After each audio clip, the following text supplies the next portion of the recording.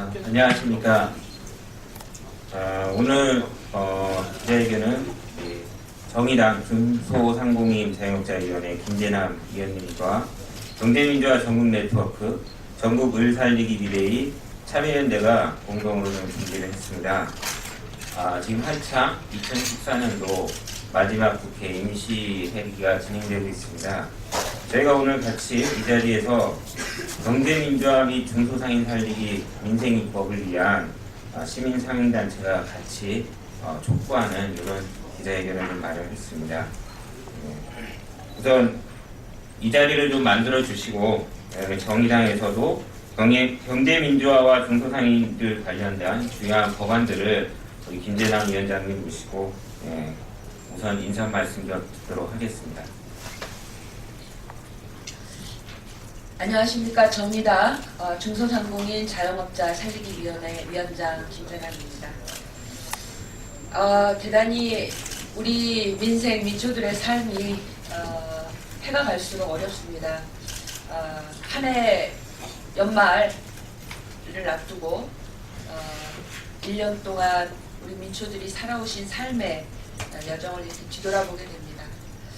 우리가 경제민주화를 얘기할 때는 바로 우리 사회의 다수인 우리 민초, 민생들이 보다 삶의 질을 높이고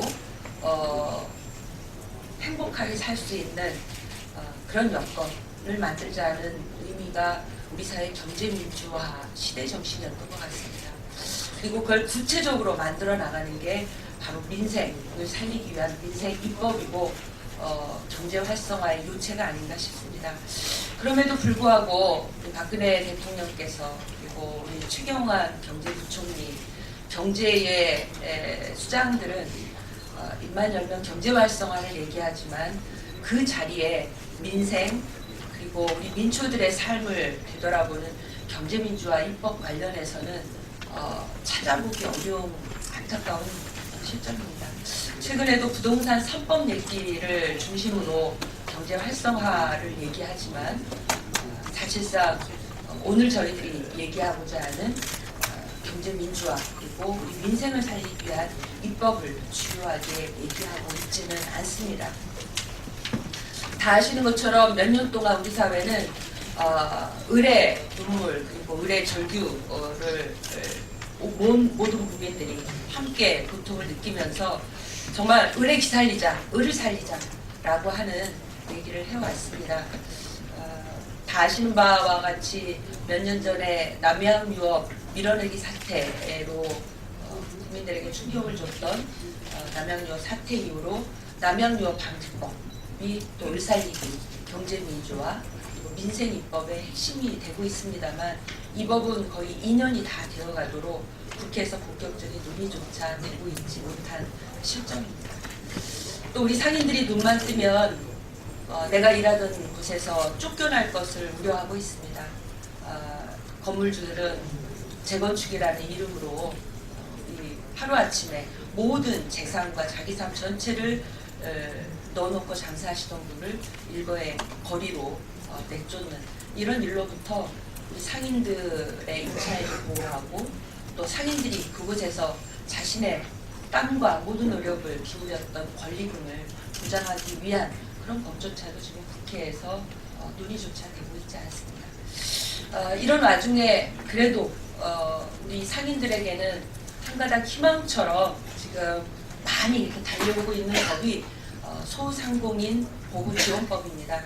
소상공인 보호지원법은 제가 국회에 들어와서 처음부터 지금까지 가장 정성을 들여서 상인들을 만나서 의견을 모으고 현장의 목소리를 들어서 우리 상인들을 위한 권리장전이 정말 하나쯤은 있어야겠다라고 해서 정말 제가 정성을 기울여서 상인들과 함께 만들어 왔던 법입니다. 이 소상공인 보호지원법이 이제 제가 수속해서 활동하고 있는 산업통상자원위원회를 통과해서 상임위 전체 의결을 거쳐서 지금 법사위에 올라가 있습니다. 그런데 이게 또 아직 가야 할 길이 좀 남아 있습니다. 공정거래위원회가 이 보호지원법에 담겨 있는 법안 내용 중에 자신들의 영역을 침해할 소지가 있다라고 하면서 우리 소상인들의 공정거래, 불공정거래로부터 상인들을 보호하기 위해서 만든 불공정거래 상담센터 이런 법률 조합을 문제 삼으면서 지금 제동을 좀 걸고도 있습니다. 저는 아무쪼록 법사위에 있는 모든 위원들께서 현명하신 판단을 하겠습니다만 소상공인 보호 지원법이 정말 처음으로 700만 상인들에게 큰 언덕이 되고 상인들이 이 땅의 경제 주체로서 갑의 그런 불공정 행위로부터 정말 정당하고 마음 놓고 장사할 수 있는 그런 토대가 될 수도 있는 소상공인 보호 지원법 눈앞에 두고 있습니다. 상인들과 국민들이 좀 더 힘을 모아서 이번 국회에서 반드시 통과돼야 된다고 좀 촉구를 하고 있고요. 이 일에는 여야가 따로 없다고 생각합니다. 또 정부 부처의 칸막이, 정부 부처의 부처 이기주의 절대 있어서는 안 됩니다. 또다시 부처 공정거래위원회와 같은 부처 칸막이, 부처 이기주의가 이 법을 가로막는다면 우리 상인들 그리고 을의 다른 전기와 눈물을 자아낼 것이라는 것을 각성을 확보하면서 여야 함께 소상공인 보호지원법을 반드시 통과시킬 수 있도록 노력하고 또 노력을 촉구를 하는 바입니다. 뭐 여러 가지 다른 관련한 내용은 우리 또 여기에 참석하신 정부의 을살리기 대책위원회 또 상인들 입장에서 을의 입장에서 또 우리나라의 경제 민주화를 위해서 앞장서왔던 분들이 2014년 한 해를 마무리하면서 전국에 있는 우리 을을 대표한 목소리들을 또 내주실 거기 때문에 저는 오늘 2014년 국회가 할 수 있는 최선의 노력을 그리고 가장 중요한 노력을 경제 민주화의 요체이자 또 우리 민생을 살리고 경제 활성화의 핵심으로 민생 입법을 다시 한번 중심에 놓고 여야가 이번 국회에서 최선을 다하도록 촉구하고 그 역할 제가 열심히 하겠다는 말씀으로 마치겠습니다.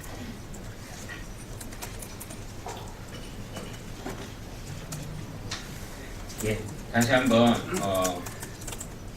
이렇게 자리를 만들어 주시고 또 저희들이 1년 동안 이렇게 많은 요구를 해왔지만 아직까지도 논의만 되고 아직 그 진전이 없는 많은 경제민주화 중소상인 법안들, 중소상인 적합업종 보호에 관한 법, 대리점거래 공정화에 관한 법, 그다음에 소상공인 보호에 관한 지원법 이런 기본법들에 대해서 다시 한번 또 애써주신 우리 김재남 위원장님께 다시 한번 감사의 말씀 드리고요.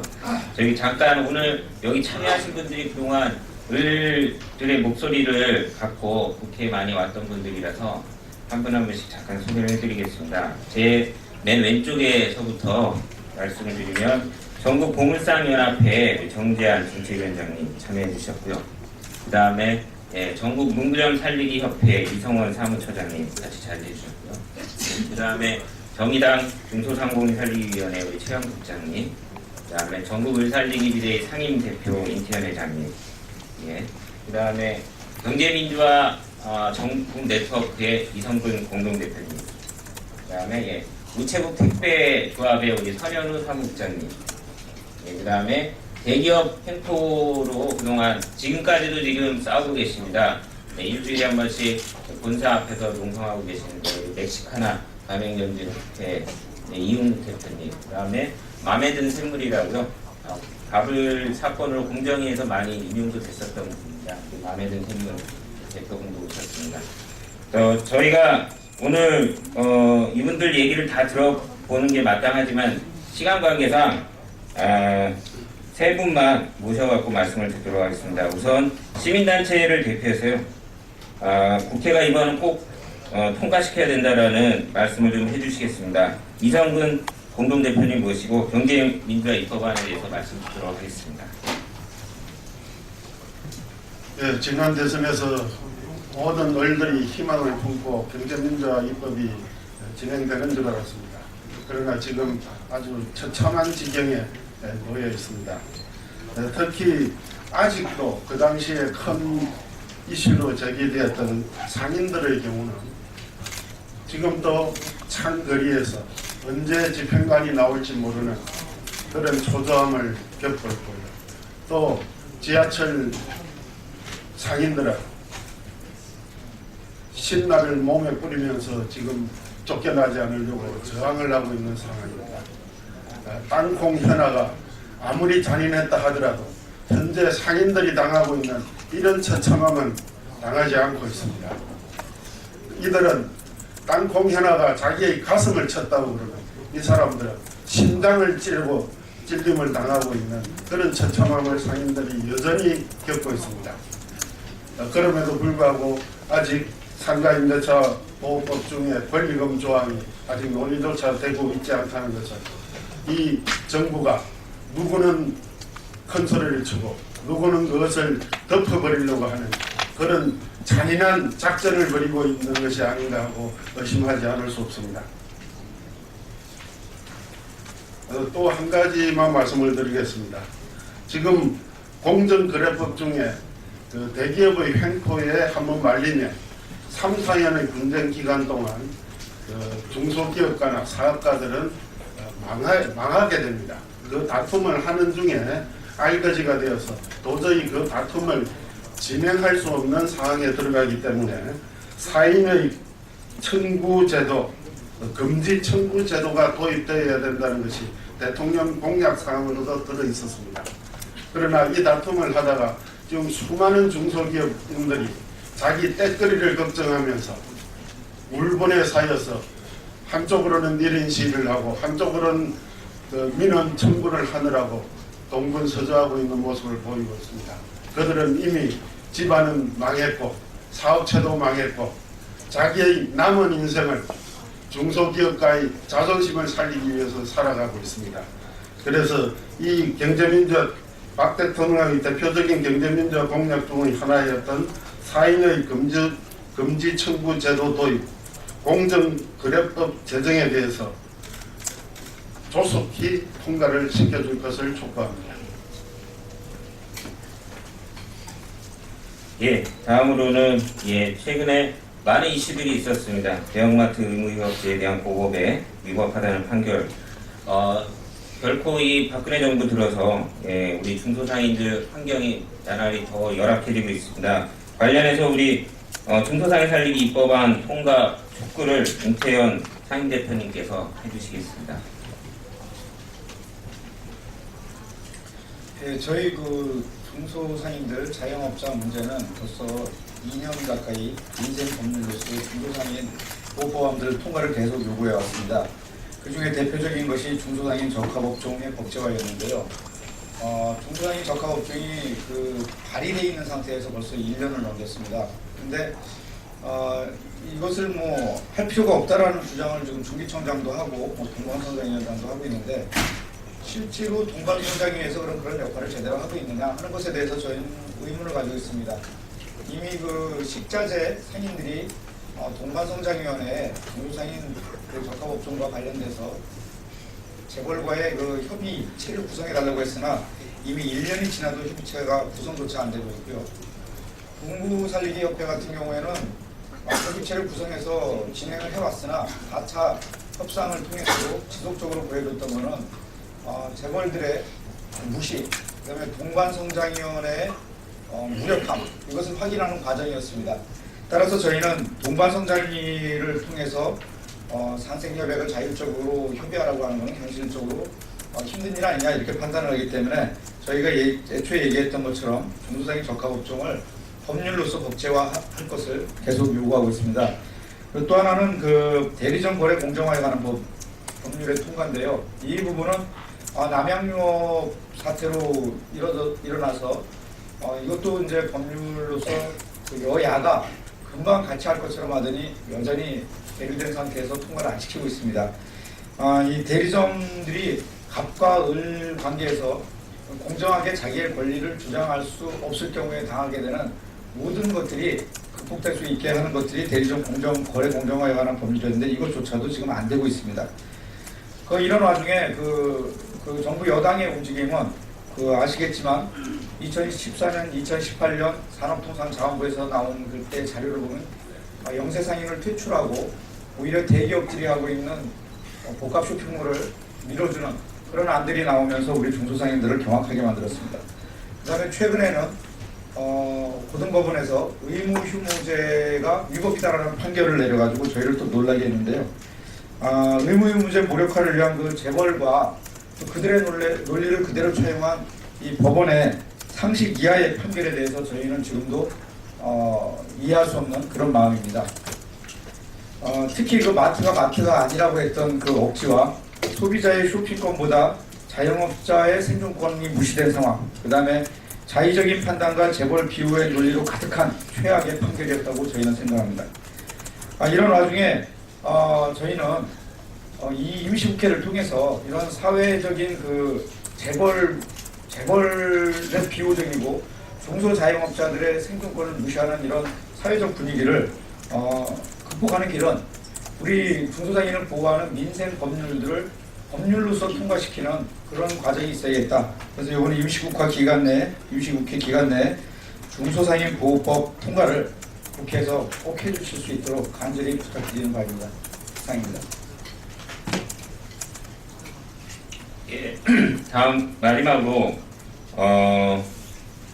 최근에 이제 골목 상권에 가장 우리 주변에 흔히 있지만 또 부자 감세, 서민 증세의 자영업자들 세부담이 많이 늘었습니다. 거기에 또 2중, 3중으로 대기업들이 또 골목 상권에 또 진출을 하면서 고통을 받고 있습니다. 우리 전국 고물상연합회 정대환 위원장님 모시고 간단하게 우리 고물상 문제에 관련돼서 2분 발언 듣도록 하겠습니다.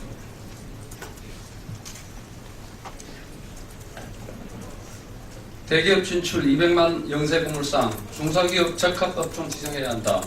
한국 경제는 빈익부, 부익부가 심화되고 있다. 일터에서 쫓겨난 월급 생활자가 창업한 자영업은 1년도 안 돼요. 80%가 무너지고 있는데 이 중 재활용 업체와 영세 고물상이 포함되고 있습니다.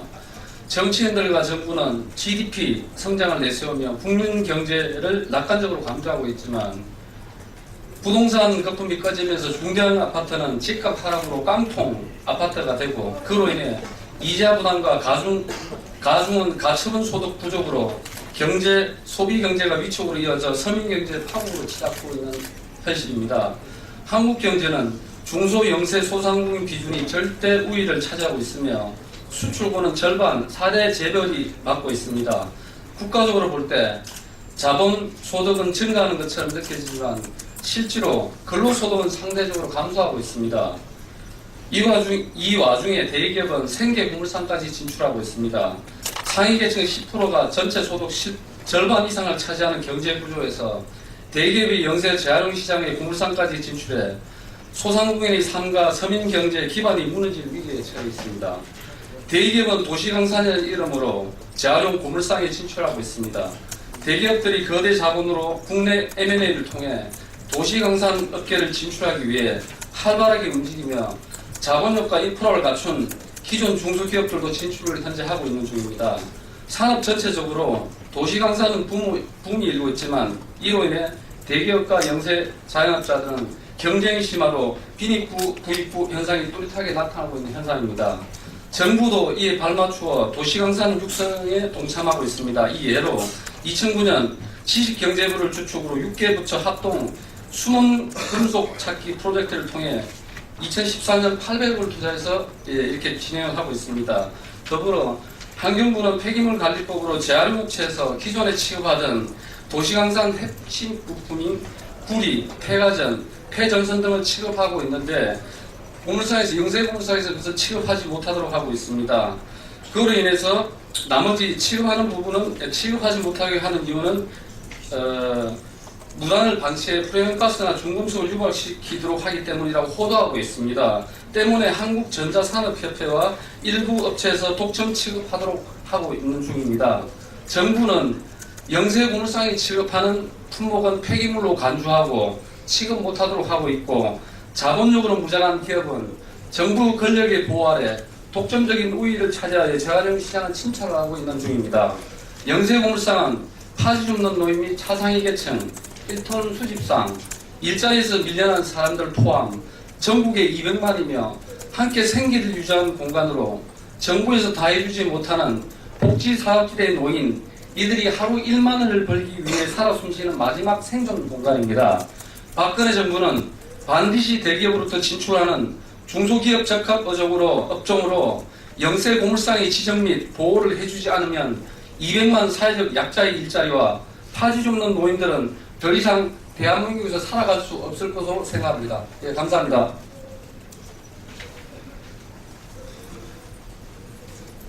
예, 다시 한번 올해 그 중소상인들 그다음에 경제민주화 입법 관련해서 촉구를 하는 다양한 각계의 목소리를 좀 들었습니다.